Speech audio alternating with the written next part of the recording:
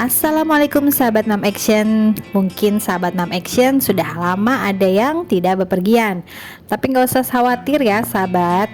Bisa lihat perjalanan atau touring lewat Mam Action dan secara visual. Nah, kali ini kami tidak hanya menyuguhkan pemandangan alam yang indah, tapi kami juga ingin memberikan sesuatu yang bisa kita petik hikmahnya dari alam. Kita rangkum dalam 18 hal yang bisa dipelajari dari alam, dikutip dari naturementor.com. Sahabat Mom Action, yang pertama kita bisa mengambil hikmah dari alam, yaitu observasi. Apa sih kok observasi? Observasi adalah keterampilan yang dimiliki beberapa orang dan sisanya tidak memiliki. Tapi setiap orang bisa mengasah keterampilan ini jika ia mau berjalan-jalan keluar dan menikmati keindahan alam. Contohnya sederhana poin ini sahabat. Mereka yang bertindak sebagai peneliti yang melakukan eksperimen dengan alam, sebut saja mereka yang berkecimpung di dunia meteorologi dan geofisika. Mereka jelas belajar mengamati tanda-tanda cuaca buruk, gunung mau meletus, atau ancaman bencana alam lainnya. Tapi untuk sahabat bisa observasi mungkin untuk mencari inspirasi atau mencari ide-ide yang bisa kita pergunakan untuk kehidupan sehari-hari. Yang kedua, mengetahui sebuah tempat. Dengan pergi jalan-jalan ke alam luas, sahabat, selain menemukan pengalaman baru, kita juga bisa mempelajari jenis-jenis pohon, tanaman, bunga, burung, dan sebagainya yang berkaitan dengan ciri khas alam yang kita datangi. Ini bisa jadi kita bahan untuk perjalanan keluarga, dengan mengajak anak-anak atau teman, sahabat bisa sambil menceritakan keadaan di sekitar alam. Yang ketiga, petualangan dan pemenuh rasa ingin tahu. Dengan mengeksplorasi alam akan mengobati rasa ingin tahumu. Kamu bisa menemukan dan merasakan apa yang orang lain tidak pernah temukan dan rasakan. Akan sangat keren jika kita memiliki pengalaman mengunjungi tempat-tempat indah yang belum pernah terjamah kebanyakan orang lain. Ini bisa disebut dengan pengalaman pertama.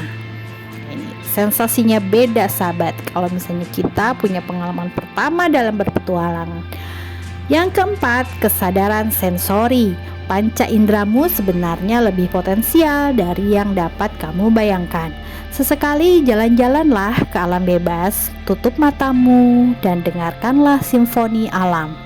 Itu akan memberikan efek yang menenteramkan untuk pikiran dan jiwamu. Gak heran kan kalau komposer level dunia kebanggaan Jepang seperti Kitaro sering membuat musik instrumental yang memadukan alat musik modern dengan alunan suara alam. Yang kelima, ada intelijensi.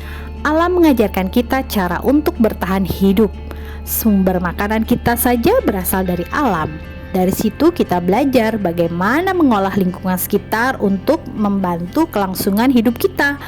Meskipun zaman sudah modern, tidak jarang bukan kawan-kawan kuliah kita rela masuk kegiatan ekstra kampus pencinta alam. Mereka ingin belajar dari alam. Di Indonesia sendiri masih ada penduduk pedalaman yang hidupnya dekat sekali dengan alam. Sebut saja penduduk suku Mentawai, Sumatera Barat, atau suku Baduy dari Banten. Yang keenam, kenyamanan. Lingkungan alam mungkin memang bukan tempat yang ternyaman untuk kita terus berlama-lama tinggal. Tapi ketika kamu dapat menemukan kenyamanan itu sendiri dari dalam jiwamu, kamu akan mampu merasa berada di rumah sekalipun faktanya kamu berada di tempat antah berantah. Yang ketujuh, kreativitas. Seniman, pemusik, filosof, dan penulis seringkali terinspirasi alam dalam menciptakan karya mereka.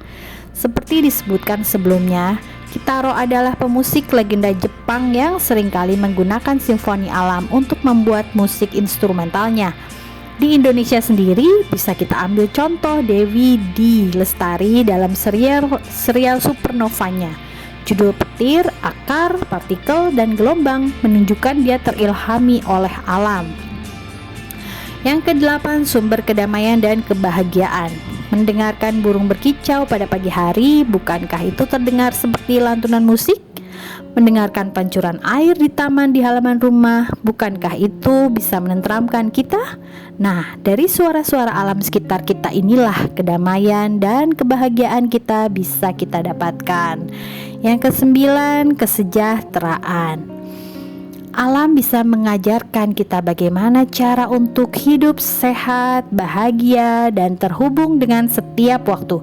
Misalnya saja, alam menyediakan buah-buahan segar dan sehat daripada makanan berpengawet yang dijual di supermarket. Alam juga sudah menunjukkan tanda-tanda kerusakan dan bencana yang memberikan kita pelajaran bahwa kita harus lebih menyayangi alam sekitar, supaya kita bisa menjamin keberlangsungan hidup anak cucu kita. Yang ke-10, sejarah.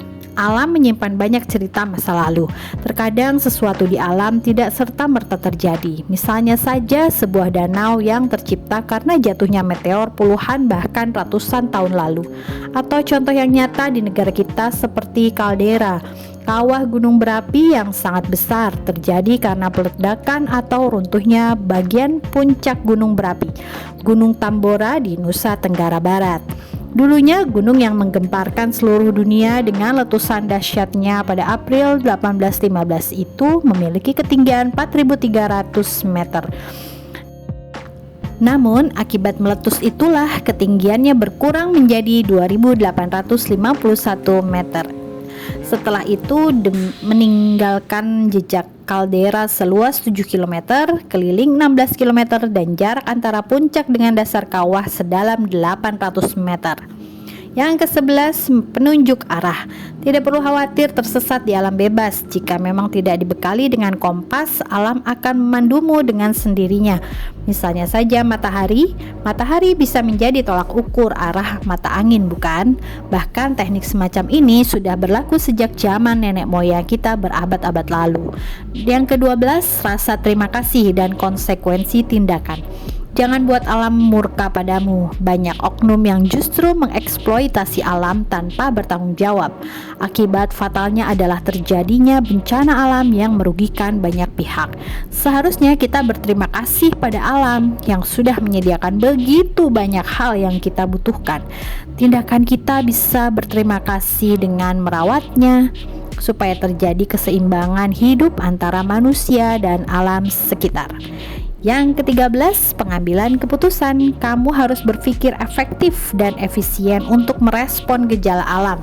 Contohnya simpel adalah pertanda mau hujan, kamu memilih menyiapkan jas hujan atau payung, atau justru memilih berhujan-hujanan saja.